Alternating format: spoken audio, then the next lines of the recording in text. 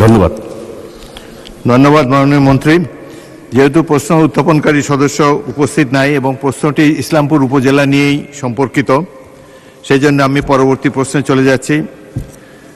তারকা চিহ্নিত প্রশ্ন 2, জনাব রেজা আহমদ, 75, কুষ্টিয়া 1। আপনার প্রশ্নটি উত্থাপন করুন। বিসমিল্লাহির রহমানির রহিম। মাননীয় স্পিকার, আমাকে প্রশ্ন করার সুযোগ দেওয়ার জন্য আপনাকে ধন্যবাদ। আমি মাননীয় সমাজ কল্যাণ মন্ত্রী মহোদয় অনুগ্রহ করিয়া বলিবেন কি, কুষ্টিয়া জেলা দৌলতপুর উপজেলা অসহায় গরিবদের মহিলাদের কোনো ভাতা প্রদান করা হয় কিনা, হইলে টাকার পরিমাণ সহ হিসাব। ধন্যবাদ মাননীয় স্পিকার। মাননীয় মন্ত্রী মহোদয় উনি এখন প্রদেশে উপস্থিত হননি। আমি সমাজ কল্যাণ প্রতিমন্ত্রী, আমি প্রশ্নটির উত্তর দেওয়ার জন্য প্রস্তুতি নিচ্ছি। মাননীয় স্পিকার, আপনার মাধ্যমে আমি মাননীয় সংসদ সদস্য প্রশ্ন উত্তরে বলতে চাই যে সমাজ কল্যাণ মন্ত্রণালয়াধীন সমাজসেবা অধিদপ্তর কর্তৃক পরিচালিত সামাজিক নিরাপত্তা কর্মসূচি আওতায় কুষ্টিয়া জেলা দৌলতপুর উপজেলায় অসহায় মহিলাদের ভাতা প্রদান করা হয় মাননীয় স্পিকার, এবং কয়েকটি হেডে এই ভাতাগুলো প্রদান করা হয়। তার মধ্যে আছে বয়স্ক ভাতা, বিধবা এবং স্বামী নিগৃহীতা ভাতা, প্রতিবন্ধী ভাতা, প্রতিবন্ধী শিক্ষা উপবৃত্তি, অনগ্রসর ভাতা, অনগ্রসর শিক্ষা উপবৃত্তি।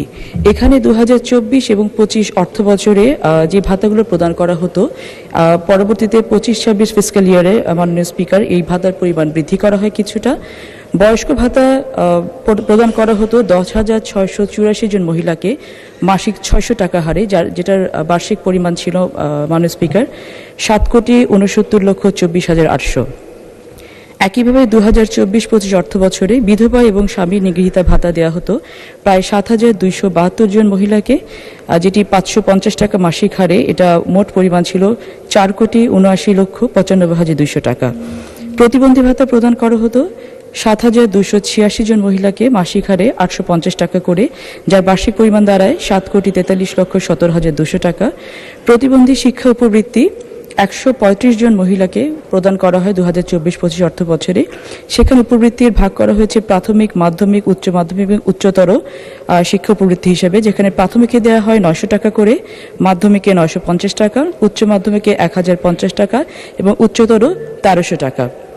এখানে মোট বার্ষিক পরিমাণ দাঁড়ায় 15,58,800 টাকা। 2025-26 অর্থ বছরে মাননীয় স্পিকার বয়স্ক ভাতা 12,194 জন উপকারভোগীকে দেওয়া হয়, যেখানে মাসিক হার এখানে 50 টাকা বৃদ্ধি করে 650 করা হয়েছে। বার্ষিক পরিমাণ দাঁড়ায় 9,51,13,200 টাকা। বিধবা ও স্বামী নিগৃহীতা ভাতা 8,252 জন মহিলাকে দেওয়া হয় 650 টাকা হারে, যেটার বার্ষিক পরিমাণ দাঁড়ায় 6,43,65,600 টাকা।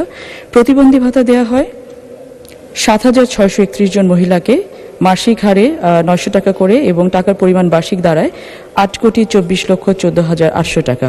প্রতিবন্ধী শিক্ষা উপবৃত্তি দেওয়া হয় 147 জন মহিলাকে, যেটা প্রাথমিকে 900 টাকা করে, মাধ্যমিকে 950 টাকা করে, উচ্চ মাধ্যমিকে 1050 এবং উচ্চতর 1300 টাকা।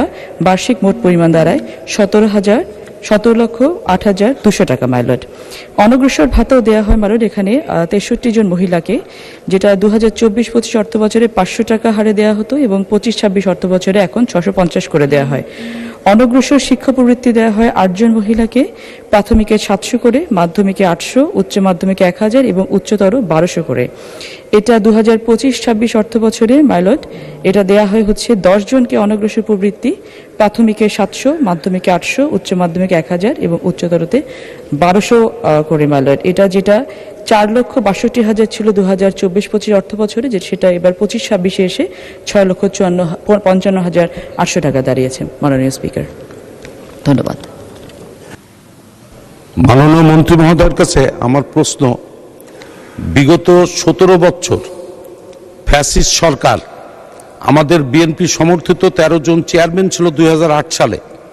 তারপরও বিএনপি সমর্থিত চেয়ারম্যানদের একটি ভাতাও দিতে দেয় নাই।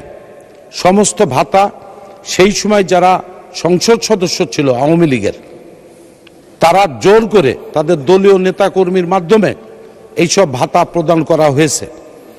এই ভাতা বর্তমান বাংলাদেশ জাতীয় দল সরকার স্বৈরাচার বিরোধী আন্দোলনের আমাদের বিরোধী দলের ভাইরা আছেন।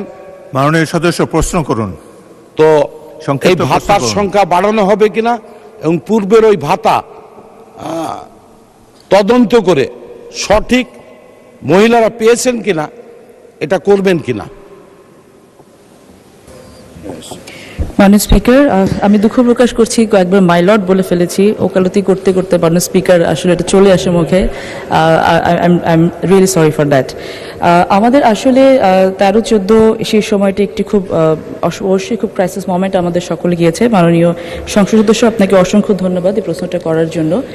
আমরা যেই এখন সেফটিনেট আমাদের প্রোগ্রামসগুলো চালু রয়েছে, এগুলো আমরা এই মুহূর্তে যেটা করছি ডিস্ট্রিবিউশন লেভেলে গিয়ে আমরা বিভিন্ন সময় দেখেছি অনেক ধরনের আমাদের কমপ্লেইন সামনে এসেছে যে অনেক সময় ডিস্ট্রিবিউশনটা ঠিকমতো হয় না, হলেও আবার সেখান থেকে বেনিফিশিয়ারি এন্ড থেকে অনেক ধরনের ক্লেম করা হয়, টাকা চাওয়া হয়, যেটা অবশ্যই একটি অনেক বড় দুর্নীতির একটা অংশ। সো আমরা চেষ্টা করব আমাদের মন্ত্রণালয়ের পক্ষ থেকে ডিস্ট্রিবিউশন এন্ডটাকে যতটুকু স্বচ্ছতার পর্যায়ে নিয়ে আসা যায় এবং ভাতাটাকে আরও টাকা বাড়ানো হবে কিনা এই বিষয়টা আমাদেরকে একটু সিদ্ধান্ত নিতে হবে। কারণ এই মুহূর্তে আমরা ফ্যামিলি কার্ড নামে আরেকটি অনেক বড় প্রোগ্রাম হাতে নিয়েছি। আমরা হয়তো ক্রমান্বয়ে চেষ্টা করব যে একটি ইন্টিগ্রেটেড সিস্টেমের মাধ্যমে আমরা সমস্ত ভাতাভোগী যারা আছেন তাদেরকে একটি কার্ড একটি পরিবারের আওতায় আনার জন্য এবং সম্মিলিতভাবে, যেহেতু আমরা অত্যন্ত ভঙ্গুর একটি অর্থনৈতিক অবস্থায় বিরাজ করছি এবং সেখান থেকে আমাদের দেশকে যেমন উঠে দাঁড় করাতে হবে, ঠিক একইভাবে আমাদেরকে চেষ্টা করতে হবে যে বেনিফিশিয়ারি এন্ড থেকে সকলে যেন উপকৃত হন। তো একটি সম্মিলিত কাঠামোর মধ্য দিয়ে আমরা চেষ্টা করব যে এই সেফটিনেট সিকিউরিটি যারা পাচ্ছেন তাদেরকে একটি ভালো জায়গায় নিয়ে যাওয়ার জন্য। অসংখ্য ধন্যবাদ মাননীয় স্পিকার।